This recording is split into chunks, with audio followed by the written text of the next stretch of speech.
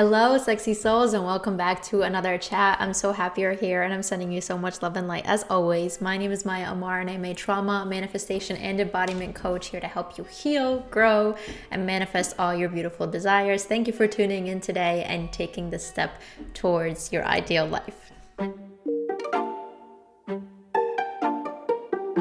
Today we are going to talk about trust, and to be more specific, trust issues, what that means, where they stem from, and what we can do about it. We hear the term trust issues thrown around a lot, but it's really important to know what that actually means and how to develop a good relationship that has a lot of trust with others and, of course, within ourselves. So without further ado, let's hop right into it. Okay, so what does it really mean to actually have trust issues? You know, we hear this term a lot because we get out of a relationship, for example, and that other person may have betrayed our trust, and we come out of it like, oh my God, I have trust issues. I can't trust anybody anymore. That's the really most common way that we hear about it, but there's a lot more than that. You know, there's trust obviously in romantic relationships, in friendships, with our family, in the workplace, and it's really important to be able to distinguish what is a true trust issue and just somebody that has let us down. So there's two ways that this kind of happens. One is that we trust too much, too fast, too soon. And the other one is where we don't trust at all, and we're constantly looking through the lens of finding something that makes us not trust the other person. And of course, if you look for something hard enough, you are going to find it. And those two just stem from different situations. It depends on who you are, and it depends on what you've been through.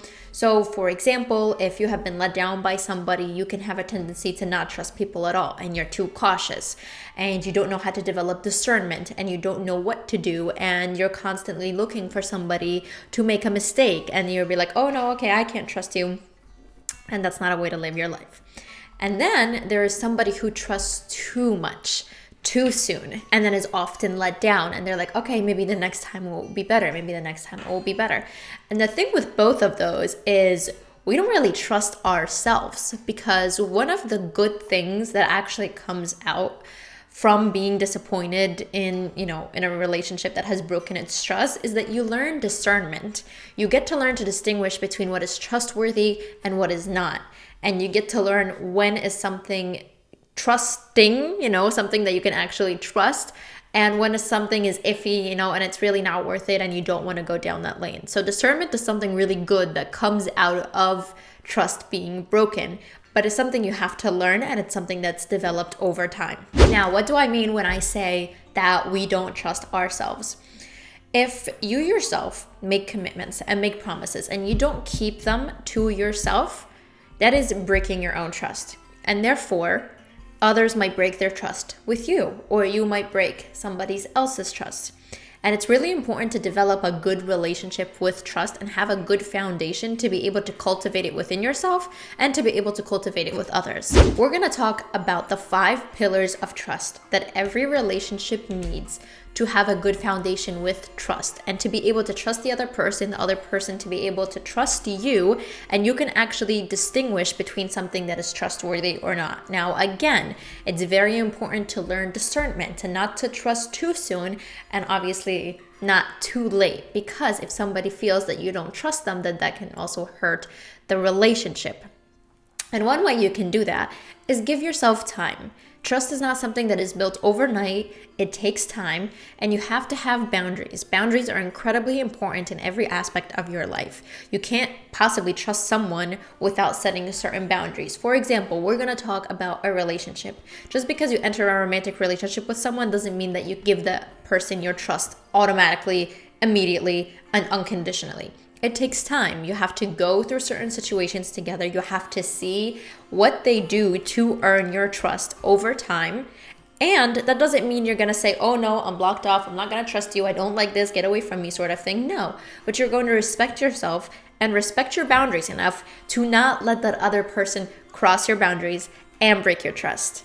So what are the 5 pillars of trust. The 5 pillars of trust were created by the Gottman method. And the first one is honesty. Now that's pretty straightforward. That is telling the truth. You have to be very honest about what you're saying and the actions that you are taking in order to develop that good relationship with trust. The second one is transparency, being forthcoming about your intentions and about your actions.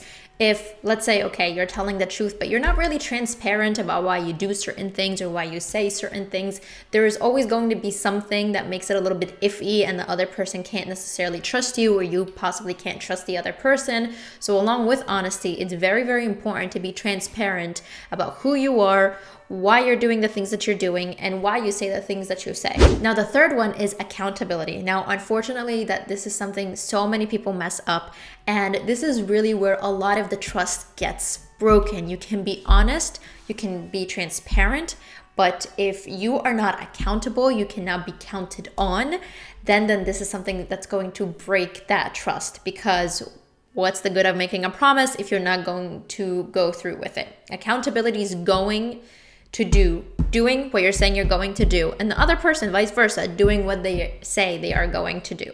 This is very important again, because there is no relationship without trust, without doing the things that you promise. Broken promises are very hurtful, and no wonder they can break a lot of trust. The fourth one is ethical actions. Now, what does that mean? That means taking actions that align with your value and your own core values, but that also align with the other person's values. So that means if you are going to take an action, you first have to make sure that they align with your own core values, but also the other person, because if you take a certain action and you know they are not going to agree with it, it's something that could potentially or possibly hurt them, it's not something that they even align with, then it's not going to help out in your situation to create a trusting relationship, because it's something that's going to actually break that person's trust. It's something that they don't even agree with. And so it's something that you both have to come to and make a decision of, okay, we both agree on this action, and vice versa. So the person has to make sure they are doing something that aligns with your actions just as much as their actions. And the fifth and final one is proof of alliance. Again, this is very, very important. We all know how good it feels when somebody stands up for us. When somebody, they either protect us behind our back or even when we are right there. And so this fifth one is just as important as all the other 4, is proof of alliance, showing the other person that you are on the same team no matter what. This is something that, parents tend to do the most, but it's just standing up for your children in public and then correcting them in private. Same thing goes here. And this is, again, in any relationship. It doesn't have to be romantic. It doesn't just have to be with your parents. It can be with your friends. It can be with your coworkers. In any case, showing that you are on the same team and that you have this person's back obviously is going to create for a wonderful, trusting relationship. Now, something else I want to talk to you about that's very, very important. We talked about trusting ourselves and how boundaries are very important. So let's just go back on that a little bit more. Make sure your boundaries are in alignment with who you are. If you are not comfortable going beyond a certain point, again, in any relationship, and that person, unfortunately, there are some people out there that might gaslight you. Oh, you don't trust me. Oh, this, oh, that. That's none of your business. That is not your issue. You must trust yourself, respect yourself, and hold your own boundaries until you are comfortable trusting that other person a little bit more. Don't move too fast. Don't move too quickly if you know it could potentially hurt you, because at the end of the day, that's exactly what's going to happen, and no trust is going to be built. Another thing, I've heard it before from so many people, and they'll say, okay, well, I'm going to test the other person and I'm going to see if they are trustworthy. This kind of bounces off of what we were saying in the beginning. And if you are looking for something hard enough, you are going to find it, because your intention behind testing somebody is seeing if they were going to fail or pass. And I hate to break it to you, most of the time they will probably fail, because it's not a natural reaction And again, whatever you're emitting, whatever intention, whatever energy, whatever your vibration is that you are giving out to the other person behind the intention of the action you're about to take, which is to test that person, it's not going to end up well. The best way to see if somebody is worthy of your trust, again, is to give it time and to see how they react on their own without you interfering whatsoever. Because another very important point is expectation most times leads to disappointment. And now, well, you know what? I have high expectations of this person and that person. That's okay. But if you are expecting something from somebody to react a certain way or to do something specific for you, that's probably not going to end up well. Now we have our coworker, our employees, our friendships, our partner. Like, yes, I hold you to certain standards. I expect certain things from you. That's perfectly fine. But having certain expectations just in the beginning, before you even get to know anybody, that's really going to lead to disappointment because you don't even know what you're in for.